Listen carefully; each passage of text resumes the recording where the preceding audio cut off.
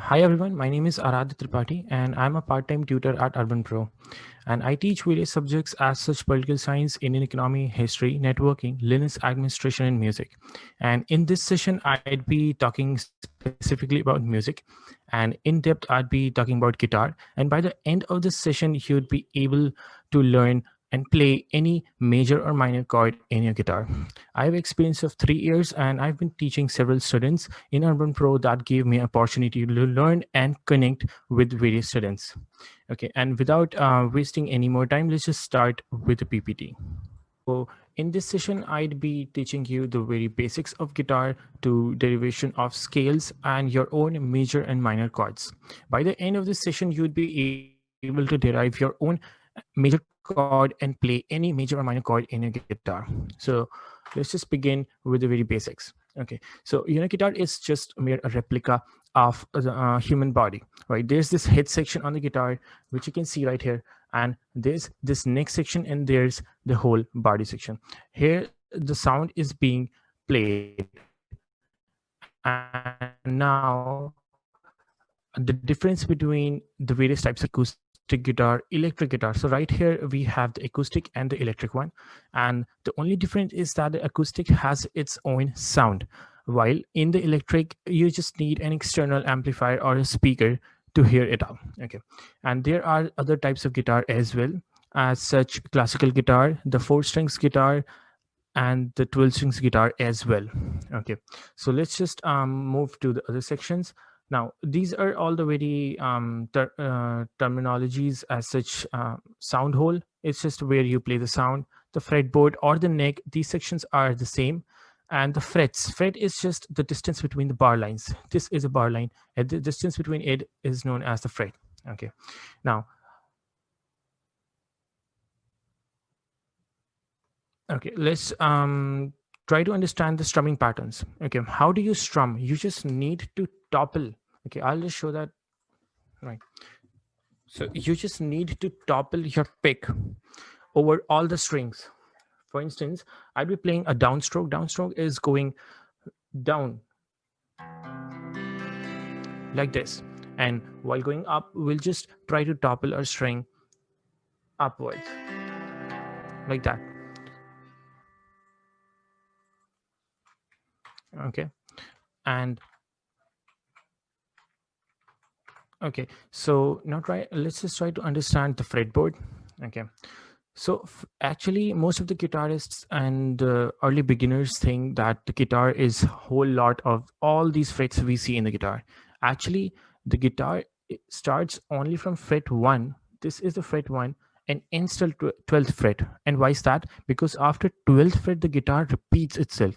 So fretboard is actually just a repetition of its first half. That's the basics of the fretboard theory, right?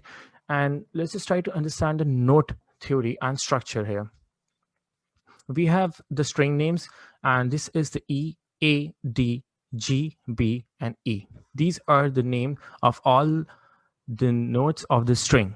Okay, so the basic of the note and a string, there's a difference. There's a very thin line of this difference here. The thing is that in a note there's just one frequency. Okay, frequency is just like a vibration in an air. So and string is a mixture of frequencies. Okay, but while we play just one string we hear only one note. For instance, if we just play the E, the thickest string, we would just be listening to the one note. This is E. Okay, so that's how the basics of the string theory works. Okay, okay, now let's just try to understand the chromatic and the enharmonic notes. Okay, so in all the strings and all the notes there's something known as the chromatic scale, and there's something known as the enharmonic notes. Okay, now what is chromatic? Chromatic is just going one half a step. Okay, okay, I'll come to this again. And enharmonic means equivalent. Okay, for instance, in this guitar fretboard right here we can see the F sharp or G flat. Okay, and this symbol stands for sharp.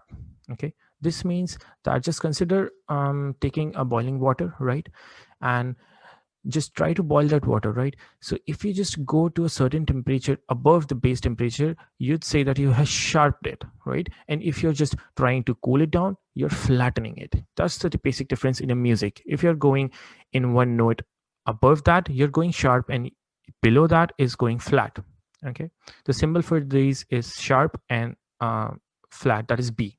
Okay, so now in harmonic notes are just the notes in a guitar that have the same position but different names. For instance, the F sharp and the G flat, the G sharp or the A flat, A sharp or the B flat, and all the notes in the guitar you can see are known as the enharmonic equivalents. Okay, now I'll come to this, that why the notes are laid in such a position, right?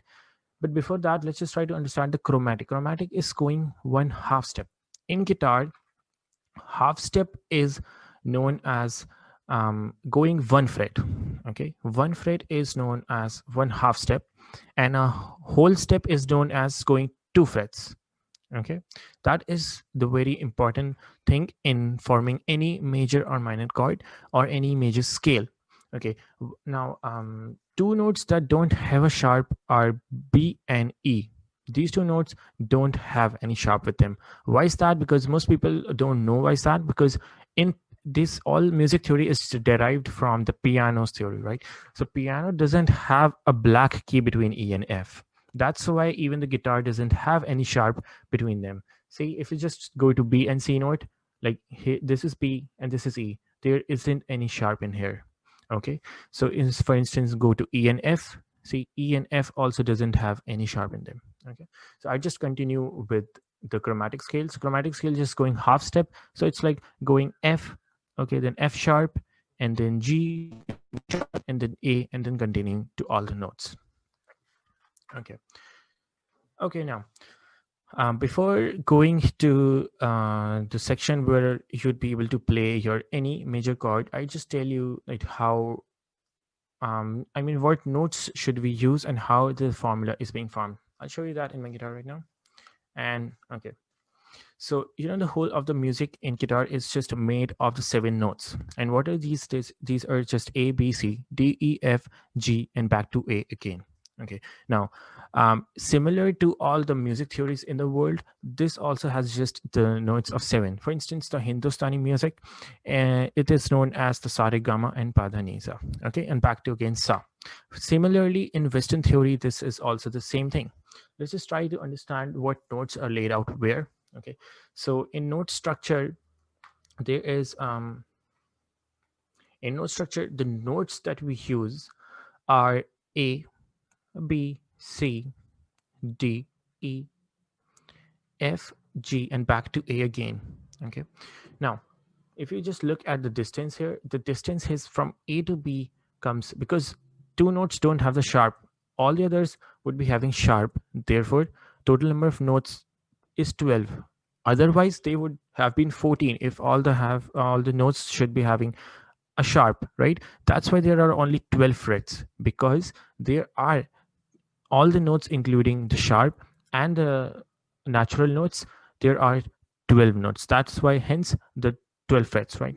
Now let's just try to understand going from A to B. A to B is a full step distance or a whole tone. Okay, whole tone, I just told you before that whole tone is nothing more the 2 fret distance in a guitar. Okay, and while we talk about the half a step or the semitone, okay, this is sometimes known as a semitone, and semitone is just a 1 fret distance. Okay, so when we're going from A to B, we're going 2 steps, because A, then there's a sharp, and then B, then there isn't a B sharp. Now B to C would be just 1 step. Okay, that is half step. And C to D would again be C sharp, and D to E, D sharp, and E to E, E to F wouldn't be any sharp. Okay, and similarly back to A again. Now let's just try to form the major scale. 2 things you need to remember till now: the notes used are from A to back to A again. Okay, one more thing, important thing, is the major scale formula. Okay, this is something that many people lack knowing because they think that they just need to place the finger position on the guitar and they can play the guitar. But that's not how it works. You should be able to know that why are you placing on that particular note.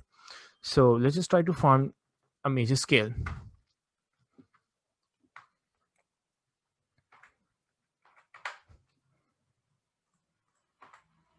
Okay. Right. So the formula here is that it's whole tone, semitone. Okay. And whole tone, and semitone. That is the formula for a major scale. And with that formula, you can draw any of the corresponding chord in your guitar.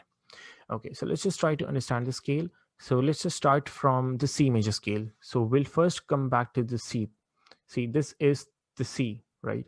Now the formula says the whole tone, right? So in whole tone, you need to go 2 frets. So you'd land on D, C to C sharp, and C sharp to D. You're back to D again, right? Now again it says whole tone, so we'd go whole tone, D, D sharp, and E. Here we are at E. Now it says semitone, so here we are at F because E doesn't have a sharp with it, right? Now it says whole. 3 holes will go to F, F sharp, G, G, G sharp, A sharp, B, and again it says semitone, C. Here we are back to C. So we have just derived a major scale that is C, D, E, F, G, A, and B. And back to C again. If you just count the notes 1, 2, 3, 4, 5, 6, and 7, because C is repeating itself again, right? And same thing is with guitar. Okay, let's just try to see this on a fretboard. So it would be like, okay, let's just try to understand what notes we start with. See, this was E, A, D, G, B, and E, the strings, right? So let's just start from E string. Okay, so E, just after E, we'd go 1 fret, right? So this is F, right? F, F sharp, G, G sharp, A. Okay, we're now back to A. Now we just, for instance, we need to go to C. How would we go to C? It's A, right? It's A sharp, it's B. Now B, we know that there isn't a sharp, so this is the C note. Okay, so that is how you recognize any note in a fretboard. Okay. Okay, so we're done with the major scale. Now let's try to understand the secret recipe for forming any major or a minor chord. Okay, so in this session, I'd be just talking about 2 things. The first is the major chord and the minor chord. And for your knowledge, there are other chord types as well: the diminished, the augmented, the dominant 7, the power chord, right, and etc. There are more than dozens of chord in just one scale. So I'd be just talking about these 2 scales. Okay, because these are the most frequent used chords in any music, right? And major, okay, what is the meaning of major and what is the meaning of a minor chord? So major chord signifies, okay, it signifies something flamboyant, right? Something beautiful. Like for instance, I just try to play 2 chords right here. The one chord I'd be playing would be the C major, and the other chord I'd be playing the E minor, and you'll know the difference between the E major and minor. Okay, so C major is 3 notes, right? And it will sound like something happy. It denotes happiness, while the minor chords denotes gloominess, like darkness, right? So that's how suspense and all such kind of musics are created. For instance, I just try to play C major. Okay, now I'll try to play E minor. Okay, there's a whole lot of difference here.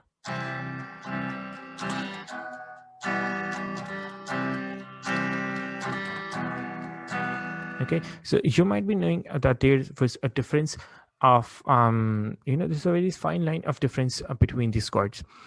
Unless you put them together into a piece of music, you'll think that all the chords may be similar sounding. Okay, let's just, okay, now it's your time that you can form any major chord in your guitar. Let's try to form a major chord of E major. Okay, so before that, we need 2 things. The first, all the notes from A to A, right? We have got all the notes here. Now we'll try to form the E major scale. Let's just try, I'll just write the scale here. From E, we'll go whole tone. Okay, from E to F, because there's isn't any sharp between E and F, and F to F sharp would be a whole tone. So the next note would be F sharp. Okay, after F sharp, again a whole tone, because the formula says whole, whole, semi, whole, whole, whole, and semitone again, right? Now just follow the formula, right? So F sharp, now it's again says whole tone, so it would be F sharp to G, G to G sharp. Okay, now G sharp to semitone. So G, what comes after G? So if I just go from A, B, C, D, E, F, G, then A, right? But we are already on G sharp, and to semitone will reach A. Okay, now it says whole tone again. So from A to B. Okay, now it says whole tone again. Now B to C. No, it would be C sharp. Why? Because B doesn't have a sharp, right? So it's C sharp here. Okay, now it again says whole tone. So C sharp to D, and D to D sharp. Okay, and back to the semitone, right? So semitone is E again, right here. So if you're landing on the same note again where you started with, that means you created the scale right. That was the only secret here, right? Okay, so let's just try to understand how do we form the major chord here. Okay, so there's this very simple thing on the major chord, and major chord is always, there's a formula for major chord. See, I just showed you that for major you need the first, third, and the fifth note of its scale. So here we are, the first, the E, okay, the third, the G sharp, the G sharp, and then the B note, first, third, and fifth note, right? And here we are done with the major chord formula, right? Now I'll just show you how do you play this chord in your guitar. Okay, before that, right, so before that I'll just show you the positions of the E major chord. I'll just show you why these are the positions, right? This 1 2 3 means the position of the fingers, and this is known as a tab, a tablature. Sometimes tab means the notation of music. Okay, so and there are two symbols in a tablature we see. Sometimes this is 0 or O, or sometimes there's X2. X means here you don't have to play that particular string, and the string order here is E, A, D, G, P, and E again. Okay, so let's just try to understand that why these specific position are used, because there's something known as the scale, right? Scale is just a combination of notes, right? And in E major scale we choose the position before a preceding octave. Okay, what does it mean? I told you in the beginning that just after 12th fret the guitar repeats itself, so the point where you're landing on the 12th fret is known as the octave position. In usually guitars, okay, usually guitars have two dots on the octave positions like this. This means you're on one octave. Okay, the octave doesn't always go horizontally, right? It also goes vertically. I'll show you right here. Okay, um,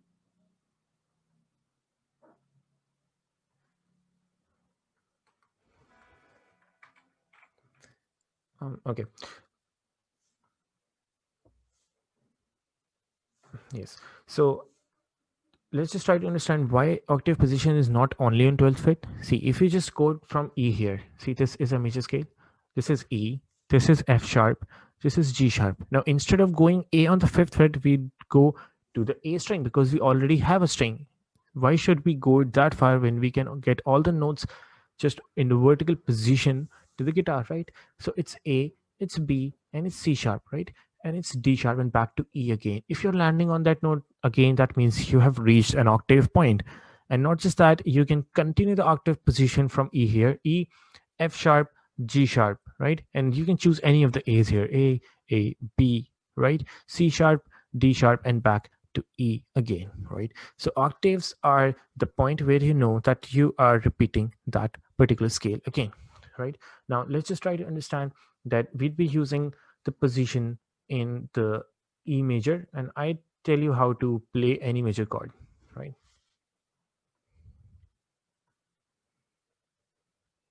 Okay, right. So first, I'll just put my fingers on first finger on third string, right?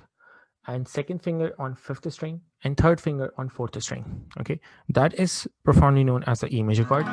Now, why is that an E major chord? I'll tell you. See, my first finger, the note it is holding is E, A, D, G. Now, I just go one step because my first finger is on first fret, so it's G sharp, right? Now, the second finger is on the fifth string. So on fifth string, it's A sharp, and B, right? And the third finger is on the fourth string, right? And fourth string is E, A, D, right? D, D sharp, and E, right? And I'll show you what notes did we get out of the major scale. See, E, sorry, it's E, G sharp, and B. These are the three notes we just got in our hands full, right? So yes, so that is how you derive any major chord, and you can play and practice any major chord out of the chords you are deriving on your own. You don't have to look for the internet. You can just, it's just hardly take a minute to draw the scale out and choose the first, third, and fifth. Now, the minor chord. This is known as a minor chord when we remove the first finger of the E major.